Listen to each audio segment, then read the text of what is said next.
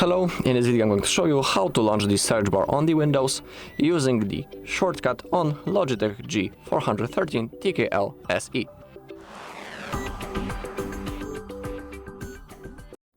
Okay, so to launch the search bar, we need to use the two-button combination. We need to simply hold the FN button and then hit the F3. Now I'll go into my desktop to show you how it works.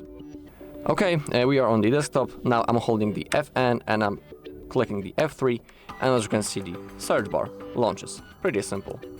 I'll do it again. FN button, then F3, and the search bar launches, as you can see. Alright, and that's all in this video. Thank you all for watching. If you found this video helpful, please leave a like, comment, and subscribe.